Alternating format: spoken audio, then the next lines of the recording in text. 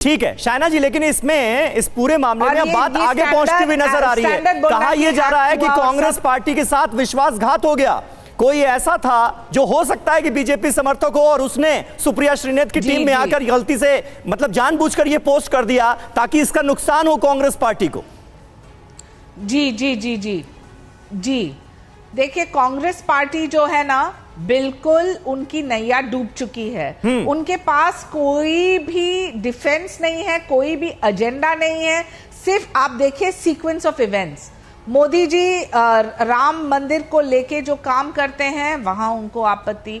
मोदी जी का जो vision plan है लाभार्थियों के लिए, जहां 60 करोड़ लोग पूरे लाभार्थियों को इतना फायदा मिला है योजनाओं से, वहां भी उनको आपत्ति।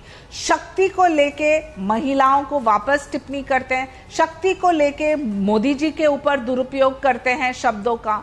वहां दूसरे तरफ आप बोलेंगे कि ईडी को लेके उनको टिप्पणी होती करनी पड़ती है, जो वो अपना काम कर रहे हैं, जो मैंने तभी ये बात कही के खिलाफ पॉलिटिकल ग्राउंड्स पर अगर सवाल होते तो समझ आता, लेकिन एक फैक्ट ये भी है कि कांग्रेस खुद पूरे मामले की जांच की बात कर रही है ना, लेकिन कैरेक्टर, मैं वो ही बोल रही हूँ। सुनिए, मुझे 1 मिनट में मैं खत्म कर रही हूँ जी। ये मुद्दा कैरेक्टर असैसिनेशन का है, पॉलिटिकल एजेंडा का नहीं।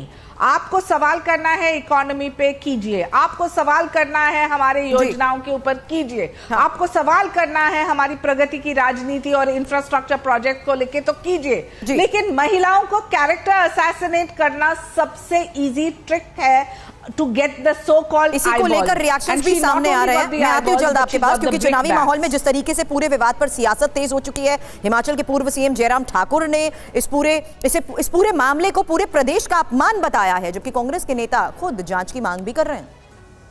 ये कांग्रेस पार्टी की आदत बन चुकी है इस प्रकार से महिलाओं का अपमान करना, मातृशक्ति का अपमान करना और बार बार इस प्रकार की बातें कह करके उनकी आदत को ठीक करने की मैं समझता हूं आज की तारीख में आवश्यकता है। और कंगना रनौत के लिए दिए गए कांग्रेस के प्रवक्ता के बयान को हम कड़ी निंदा करते हैं और महिलाओं के प्रति ये सोच अगर कांग्रेस की है तो देश की महिलाएं भी इसका जवाब देंगी, देश के लोग भी जवाब देंगे। अगर समय रहते ऐसे प्रवक्ता पे एक्शन नहीं हुआ तो भारत के लोग इसका जवाब देंगे। वो तो एक्ट्रेस है और एक्ट्रेस है तो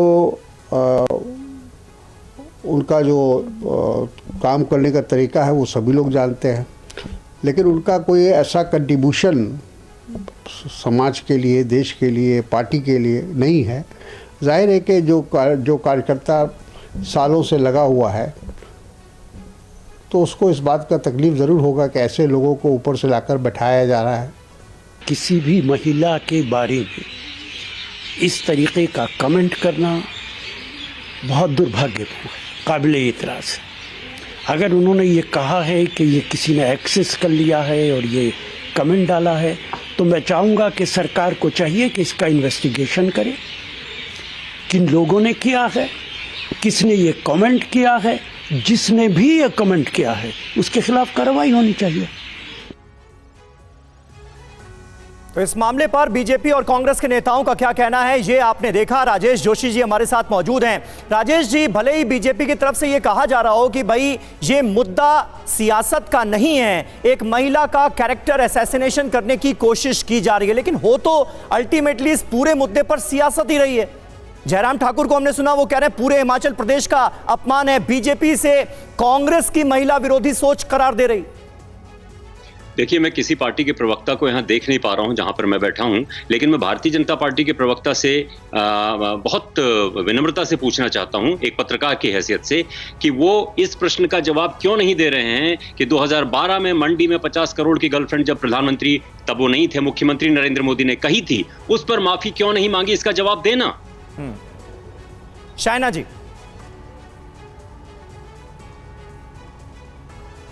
देखिए, मैं बोलना चाहती हूँ कि आप सिर्फ बयानबाजी पे जाएं तो मैं आपको एक आधे घंटे के डिबेट में सिर्फ बयान के ऊपर इलेक्शन के वातावरण में जब चर्चा होती है भ्रष्टाचार को लेके, तो उसको आप नजरअंदाज मत कीजिए। उन्होंने नहीं पूछा कि क्या है रेट शशि थरूर का या सुनंदा पुष्कर का। यहाँ उन्होंने क्या कहा है कि क्या है रेट, मंडी में क्या चल रहा है रेट।